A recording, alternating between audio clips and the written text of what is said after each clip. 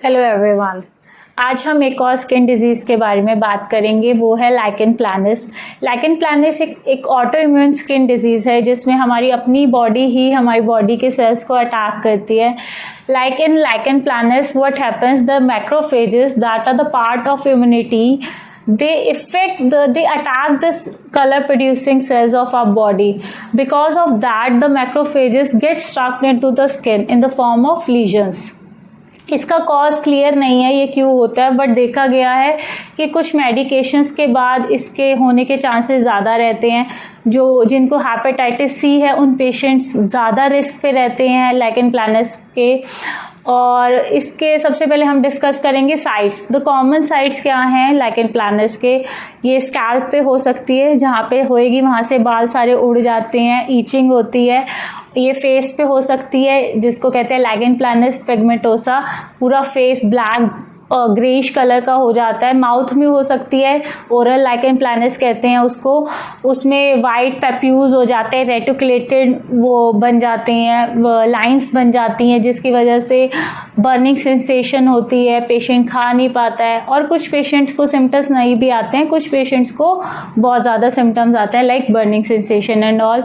ये नेल्स पे हो जाती है। सबसे कॉमन साइट्स हैं रिस्ट एंड एंकल, ये मेल और फीमेल्स के जेनाइटल्स पे हो सकती है।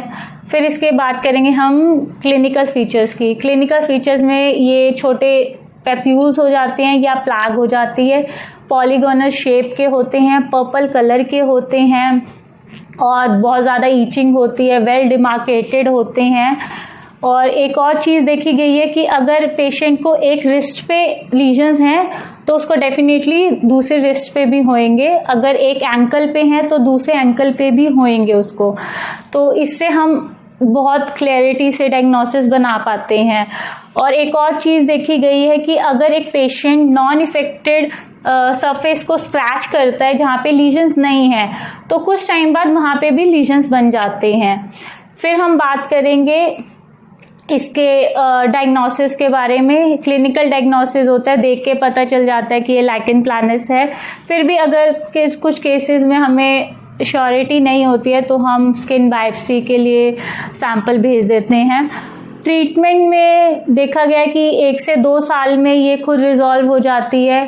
और जो ओरल लाइकेन प्लैनस है वो थोड़ा क्रॉनिक होता है, बट बाकी केसेस में ये 1-2 साल में खुद हो जाती है। बट फिर भी कुछ 1-2 साल में ही कुछ पेशेंट्स ईचिंग से और स्क्रैचिंग से इतना परेशान हो जाते हैं। तो हमारे पास आयुर्वेदा में इतने अच्छे ऑप्शंस हैं, ऑयल के फॉर्म्स में, क्रीम्स के फॉर्म्स में, ओरल मेडिकेशंस इतनी अच्छी हैं बिना कोई साइड इफ़ेक्ट्स के। तो अगर आपको ये वीडियो अच्छी लगी है तो लाइक करें।